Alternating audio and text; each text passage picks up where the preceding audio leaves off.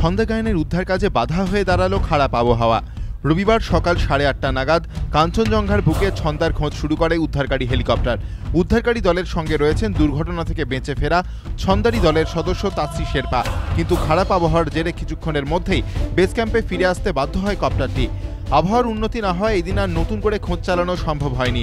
এই পরিস্থিতিতে সিদ্ধান্ত নেওয়া হয়েছে সোমবার আবহাওয়ার উন্নতি হলে ফের ছন্দার খোঁজে নামবে কপ্টার।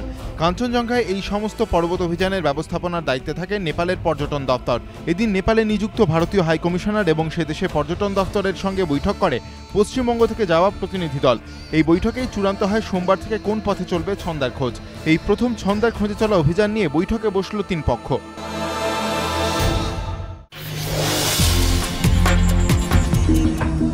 সারদা কেলেঙ্কারিতে এতদিন আলাদা আলাদাভাবে তদন্ত করছিল এনফোর্সমেন্ট ডিরেক্টরেট বা ইডি এবং সিরিয়াস ফ্রড ইনভেস্টিগেশন অফিস বা এসএফআইও।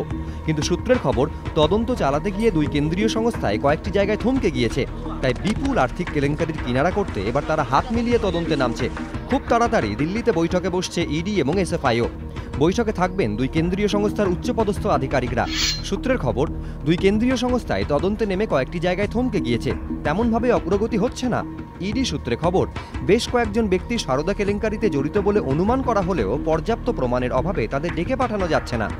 এরই মধ্যে শনিবার সামনে এসেছে সারদার একটি লাল ডায়েরির অন্তর্ধান রহস্য। একইভাবে এসএফআইওর তদন্তেও সামনে এসেছে কয়েকটি মিসিং লিঙ্ক। তাই 2 কেন্দ্রীয় সংস্থা এবার পরস্পরের মধ্যে তথ্য আদান প্রদান করে তদন্তের সেই ফাঁক পূরণের চেষ্টা চালাবে বলে সূত্রের খবর।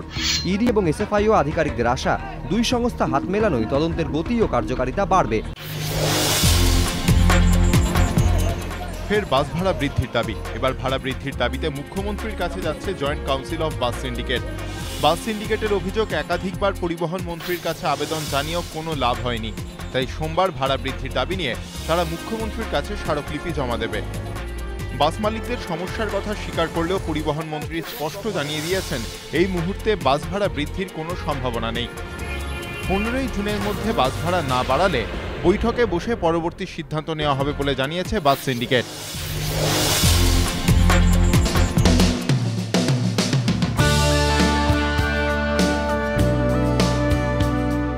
গত বছরই ব্রাজিলে কনফেডারেশন কাপে তৃতীয় হয়েছিল ইতালি। এবার প্রায় একই দল নিয়ে ব্রাজিলে যাচ্ছে আজুরিরা। কোন আজুরি নক্ষত্রে আলোয় ঝলসে উঠবে বিশ্বকাপ? বুফো। 36 বছরের বুফো দলের এখনো সেরা ভরসা। বিবাহ বিচ্ছেদ, খারাপ ফর্ম নিয়ে জেরবার বুফোর উপরই 3 কাঠির তলায় ভরসা রাখছেন প্রানদেলি।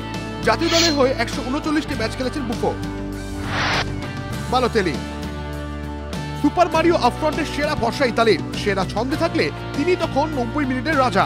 ইতালি হয়ে খেলেছেন 29টি ম্যাচ, গোল করেছেন 12টি। ডিরোসি। রোমার ডিফেন্সিভ মিডফিল্ডার ডিরোসির উপর ভরসা করছে আজুরিদের মাঝমাঠ। বালোতেলিদের জন্য নিখুঁত পাস বাড়ানোর ক্ষেত্রে ডিরোসির চুরি মেলা ভার। জাতীয় দলে হয়ে খেলেছেন 93টি ম্যাচ, গোল করেছেন 15টি। 2014 বিশ্বকাপের আকাশে ঝলসে উঠবেন কোন তারা? উত্তরের অপেক্ষায় ফুটবল ভক্তরা।